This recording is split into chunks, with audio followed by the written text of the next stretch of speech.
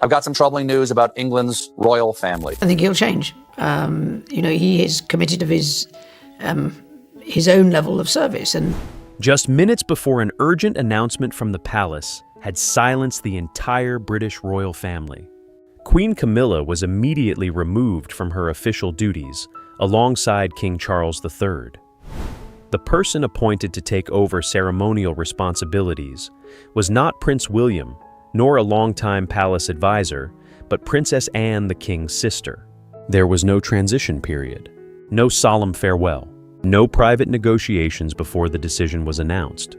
The document bore Charles's signature, the royal seal, and the exact effective date.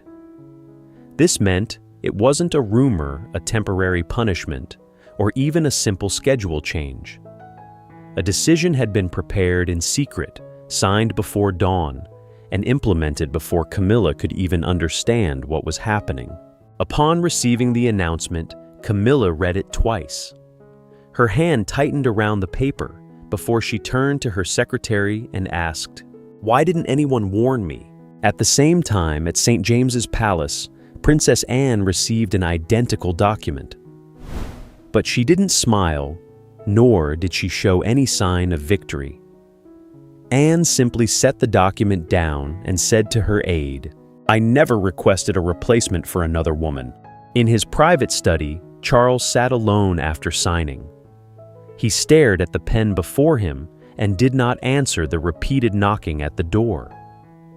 The king understood that the signature not only changed the hierarchy in the palace, it may have broken the deepest promise he had ever made to his wife.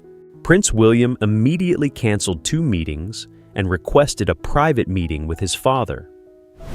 He knew the public announcement was only the tip of the iceberg of a much larger crisis, because the palace had just confirmed the existence of a second secret document, but they refused to release its contents.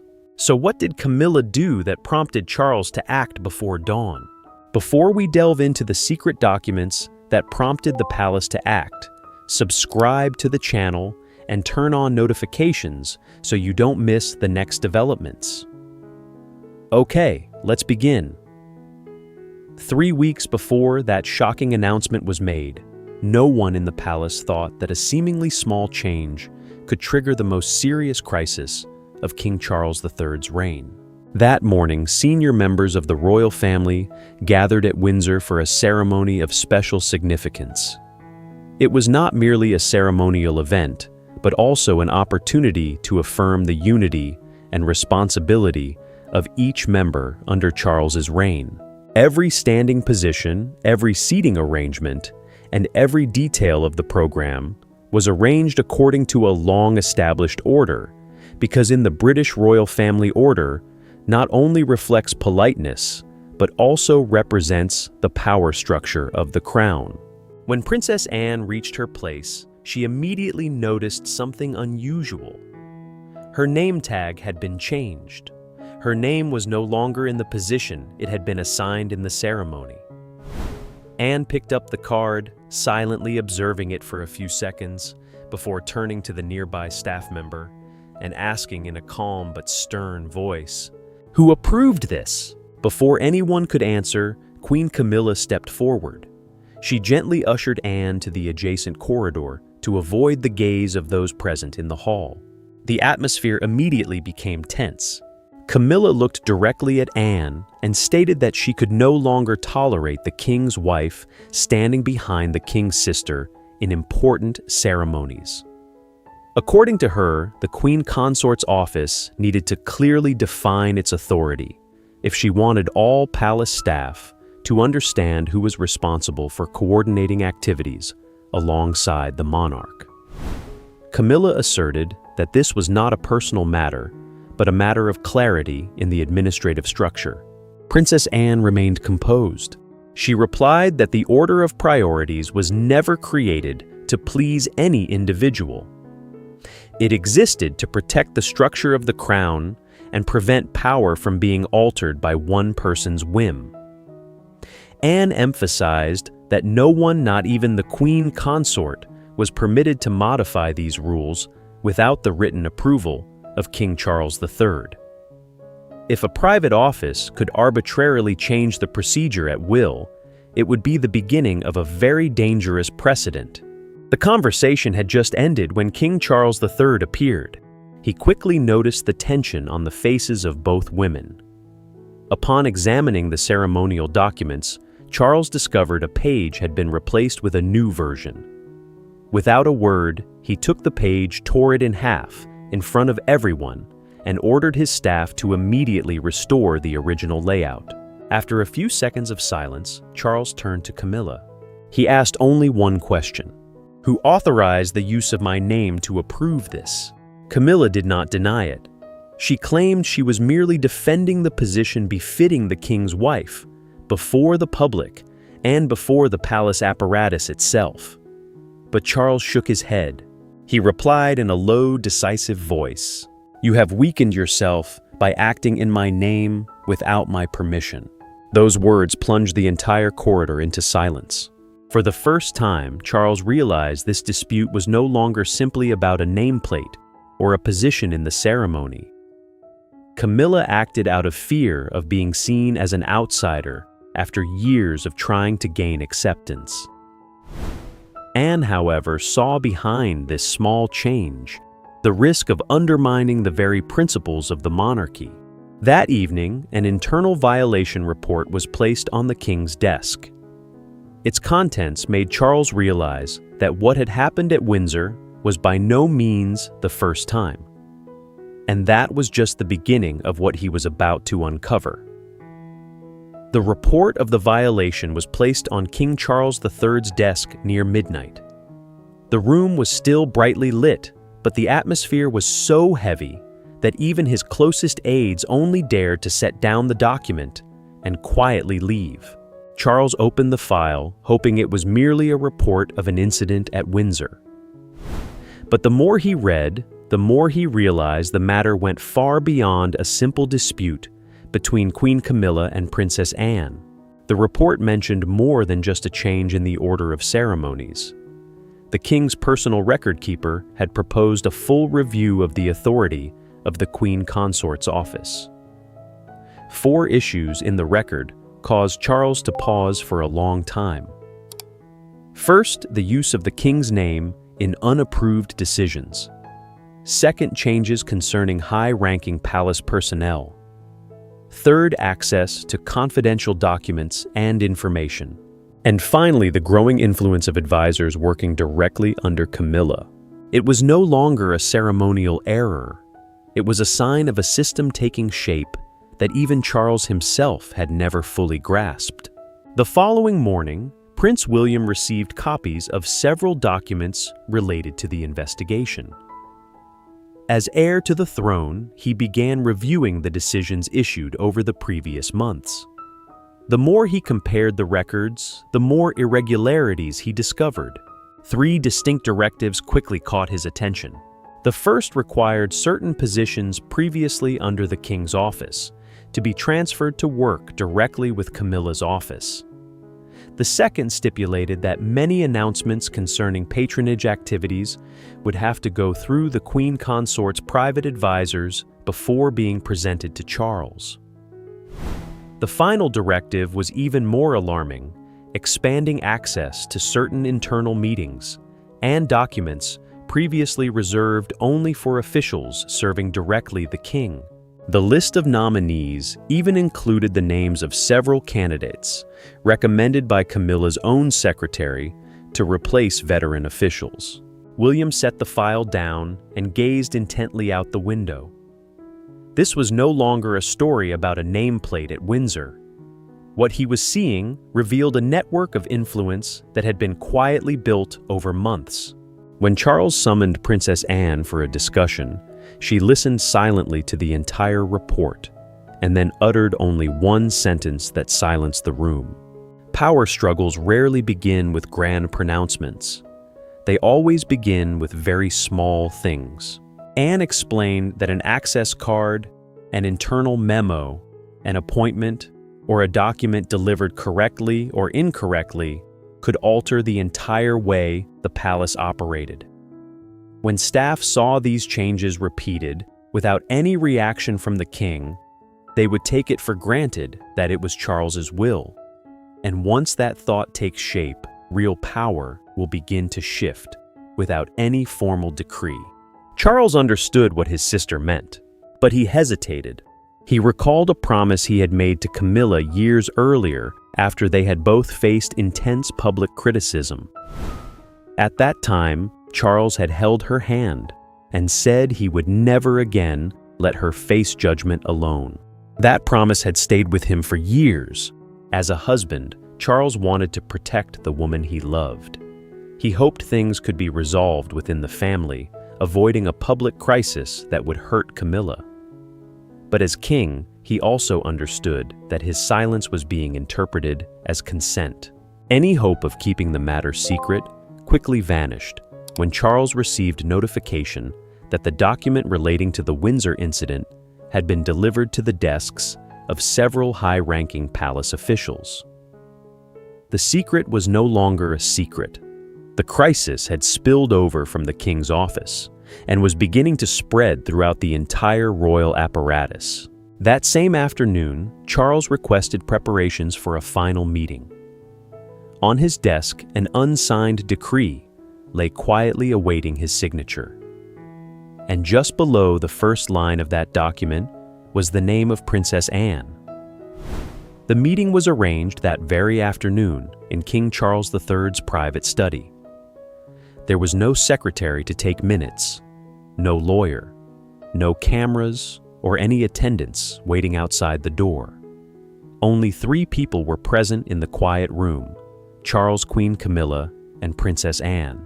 Charles stood beside his familiar oak desk, where he handled the most important affairs of the nation. On the desk lay a thick stack of files and several marked pages of documents. When Camilla entered, she immediately noticed the atmosphere was completely different from any previous conversation. Gone were the gentle opening remarks and probing questions. Charles silently picked up a piece of paper and pushed it toward his wife. It was the altered Windsor ceremony. He looked directly at Camilla and asked calmly, "Do you permit this?" The room was silent for a few seconds. Finally, Camilla nodded slightly. She did not deny agreeing to the change in priorities. According to Camilla, for years, the Queen Consort's office had been seen as merely symbolic. Many palace staff considered directives from her office something that could be delayed or ignored. Camilla said she wasn't seeking power out of personal ambition. She only wanted her position clear enough for the system to function smoothly, while also reducing the pressure weighing on Charles. "I think I'm protecting you." Charles remained silent. This time, Princess Anne spoke. She didn't argue emotionally, but with principle. Anne argued that power within the royal family could not be created simply by changing a name on paper or altering a position in a ceremony. The king's title could not be used simply because of the marital relationship, and love between 2 people could never replace formal procedural approval. Camilla turned to Anne, her gaze no longer calm as it had been initially. She believed Anne had never truly trusted her.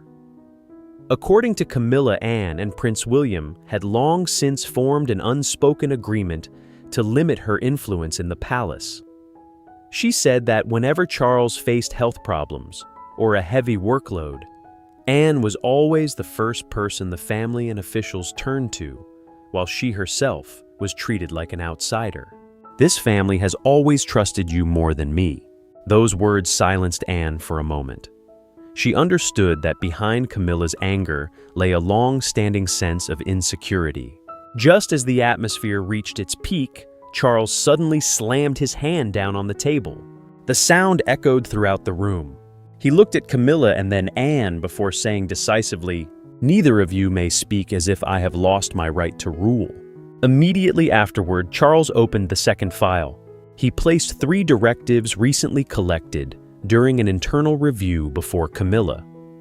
These documents revealed that several high-level personnel positions had been proposed for replacement access to certain meetings. and confidential documents was gradually shifting to Camilla's office, and her close advisors were gaining increasing influence over the information conveyed to the king. Camilla carefully examined each page.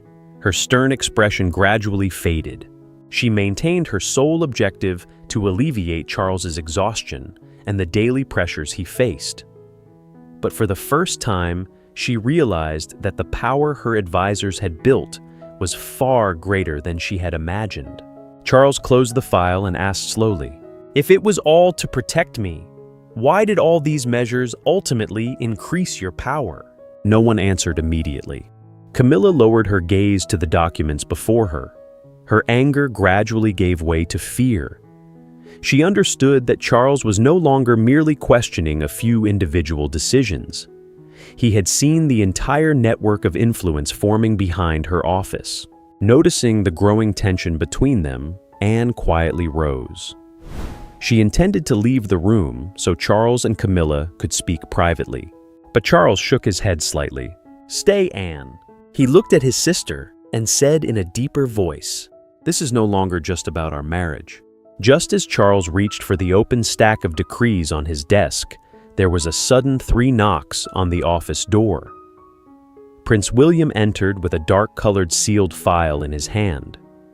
Just by looking at the seal, Charles understood that the document no longer concerned Camilla, but directly the future of the next dynasty. Prince William entered the room in silence. In his hands was a dark-colored file, carefully sealed with the seal of the Prince of Wales' office. Just by looking at the seal, King Charles III understood that this was no longer a matter of internal palace debate. It directly concerned the future of the monarchy after his reign ended. William gently placed the file down before his father. He opened the seal, took out each document, and turned them towards Charles and Queen Camilla. "I have just finished reviewing the files in preparation for the future transition." No one interrupted. William continued, "These documents included plans for the transfer of power between the 2 dynasties, the structure of the future king's office, the management of royal residences, charitable funds, historical archives, and even access rights after King Charles III's death. These were all documents prepared solely to ensure the continuity of the crown. But upon examining each page, William discovered that many clauses had been altered. He pointed to each line. Some clauses allowed advisors serving under Camilla to continue their roles long-term, even after the new reign began. Others maintained Camilla's office's access to royal residences' patronage activities, and a portion of the archives that should have been entirely transferred to the next monarch's administration. There were even proposals that directly impacted the support structure for William after his ascension to the throne. William looked up at Camilla. His voice was calm, but filled with disappointment. "This document is treating my future family as a territory to be divided up beforehand." That statement brought silence to the room. Camilla took the file. She flipped through the pages, quickly stopping at the clauses marked in red ink. Her face turned pale. "No," she shook her head slightly. "I've never seen these amendments." Camilla immediately ordered Charles to summon his former private secretary to the palace that same day. That reaction made both Charles and Anne realize a worrying possibility. Camilla had indeed approved some measures to strengthen her office's role, but it seemed that her advisors had gradually expanded them into a system far beyond her understanding. Princess Anne intently examined the list of signatories. Suddenly, she stopped at one name. It was an advisor Anne had repeatedly warned Charles to keep an eye on because of his tendency to expand power through bureaucratic procedures. Anne whispered, "Power struggles rarely begin with grand pronouncements. They begin with access with appointments and with papers that nobody notices." Charles silently read to the last page. He took off his glasses and placed them on the table. For the first time since the crisis began, the king admitted it in front of all 3 of them. "Perhaps I didn't see this system growing around Camilla." He paused for a few seconds. "I always thought I was protecting the marriage, but my hesitation has allowed things to go too far." William took another step toward his father. He was no longer speaking as a son, he was speaking as the heir to the crown. "Father, today you will decide because of family pressure or as the head of state." Charles closed his eyes for a moment. That question cut through any remaining hesitation. He reached for the pen on the table. No one spoke another word. The sound of the pen touching the paper was faint, but for the 4 people in the room, it was a sound that changed everything. With just one signature, Camilla lost her official power and took on a burden she never wanted. Charles broke his deepest promise to the woman he loved, and William chose to protect the future of the monarchy, even if it meant facing his own family. Immediately after King Charles III's signature was complete, the room fell silent again. No announcements were made, no arguments. But everyone present understood that from that moment, a series of orders had begun to take effect throughout the palace. A few minutes later, the first announcements were sent to the relevant offices. Queen Camilla's office received orders to hand over the red briefcase that had been delivered every morning. The Queen Consort's official badge for official duties was revoked. Her access cards to restricted areas of the palace were no longer valid. Her right to attend closed-door meetings, approve official schedules, and confirm certain personnel decisions also ended. Simultaneously, all public commitments Camilla had planned for the following weeks were suspended pending further notice. Several of her closest advisors were suspended from their duties pending an internal investigation. The approval list was updated. The stationery was replaced. The seating chart for the formal ceremonies was also revised in just a few hours. No one raised their voice, but everything had changed. When an official entered to retrieve the access card, Camilla still clutched it tightly in her hand. She looked at Charles for a long time before softly saying, "You gave me this card on the morning of your coronation." Charles lowered his eyes. He replied in a heavy voice, "What is being revoked is the title, not our marriage." Camilla smiled faintly, but only weariness remained in her eyes. The palace has made those two things inseparable. No one responded. Charles remained firm in his decision. He confirmed that Camilla would continue to reside in her private quarters, still receiving full royal protection and retaining her place in his private life as his wife. The only thing that would end was the power tied to the official office. As she left the office, aides suggested Camilla use a private exit behind the building to avoid the press and staff. She refused. Camilla chose to walk slowly down the main corridor of the palace, her head held high. As she passed the meeting room, an official was quietly removing the nameplate from the office door. The metal plate was placed on the table. A soft sound echoed in the silent corridor. Not loud, but enough for all witnesses to understand that a chapter had closed. On the other side of the palace, Princess Anne entered the office that had once belonged to Camilla for the first time. The room was exactly as it had been that morning. On the desk lay an unfinished speech. Some sentences were still incomplete, written in blue ink. A hesitant employee asked if they should destroy all of her predecessor's prepared documents. Anne immediately shook her head. She carefully folded the speech, placed it in a separate envelope, and said, "Give it back to her. This is her unfinished work, not mine." This small action surprised many employees. Anne didn't enter the room as a victor. She entered with the awareness that she was merely taking on a responsibility that circumstances had imposed upon her. A few minutes later, Prince William summoned the department heads. His orders were brief. No one is to mock Camilla. No one is to humiliate her. We are fixing an institutional problem, not taking revenge on a person. Those words quickly spread throughout the palace, making the already tense atmosphere even more subdued. By late afternoon, when the handover procedures were almost complete, the first red document box for her new assignment appeared before Princess Anne. She gazed at it for a long time. Then she gently pushed the box aside. Anne decided she would not open any documents until she met Camilla one last time as two women of the same family, before officially accepting the responsibility that the crown had just bestowed upon her. A few hours after the handover procedures were complete, Princess Anne left her new office and went straight to Queen Camilla's residence. She did not give notice. King Charles III was not there. Prince William was not there.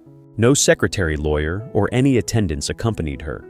It was no longer a meeting between representatives of the palace offices. It was a conversation between two women who had just been caught up in a decision that would change their entire family. When Anne entered the room, Camilla was still wearing the outfit prepared for an event she would never attend that day. On the small table by the window, the tea had long since gone cold, but remained untouched. Camilla looked up at Anne and softly asked, "Did you come to see what I have left?" Anne silently placed the envelope she had brought with her on the table. Inside was an unfinished speech she had found in Camilla's former office. After a few seconds of silence, Anne softly replied, "The crown has spoken, but the family hasn't." Camilla looked down at the envelope before her. Anne continued saying she had never desired the position she had been given. If things hadn't turned out this way, she would have been the first to oppose Camilla's replacement. What Anne received wasn't a reward, but the responsibility of maintaining stability in a difficult time. Hearing this, Camilla nodded slightly. For the first time that day, she didn't try to justify herself. Camilla admitted she had allowed change at Windsor. She said that for years, what she feared most wasn't outside criticism, but the feeling of always being the underdog within the royal family. Whenever the office's authority was limited, she thought everyone was preparing to sideline her. As Charles's health began to worry her, her fear grew. Her close advisors constantly warned that after Charles's reign, William would completely eliminate her influence. Therefore, she approved several protective measures without carefully reading the terms. Anne listened attentively, then calmly replied, "Fear can explain a decision, but it cannot erase the responsibility of the person making that decision." She looked directly at Camilla and added that she had never doubted Camilla's love for Charles. But when love is used to justify the expansion of power, the line between protection and control blurs. The king's title can never become the property of any consort. Camilla silently opened the envelope, looked at the unfinished speech, and smiled sadly. She removed the brooch from her lapel and offered it to Anne. "I think it should belong to you." Anne gently closed Camilla's hand. "No, those symbols must be handed over according to the proper protocol of the crown, not between two close relatives who share the same wound." Camilla remained silent for a long time, before softly saying her final words, before Anne rose to leave. "Please protect Charles from the loneliness that today's decision will create." Anne nodded slightly. "I will protect the king. But as for the man behind the crown, only you can decide whether you wish to continue protecting him." While the two women concluded their quiet private conversation outside the palace, special news reports began to spread throughout England.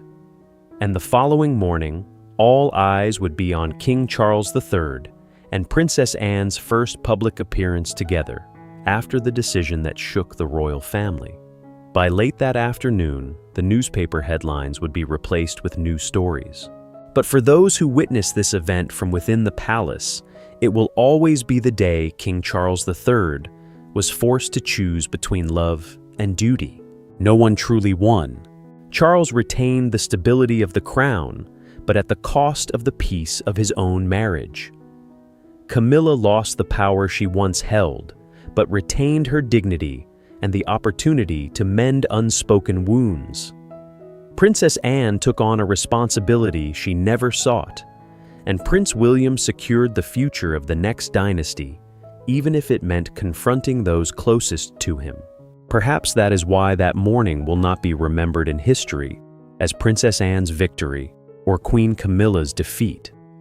It will be remembered as the moment the crown was forced to prioritize responsibility over personal feelings, a reminder that no love, fear or ambition can rise above duty to the institution. And what about you? If you were in King Charles III's position, would you have made the same decision, or would you have chosen a different path to protect both your family and the crown? Share your thoughts in the comments. We're eager to read your perspectives. And if you enjoy dramatic, emotional royal stories and never before revealed secrets like this, don't forget to like, subscribe, and turn on notifications so you don't miss the next videos. Thank you for your support, and see you in the next story.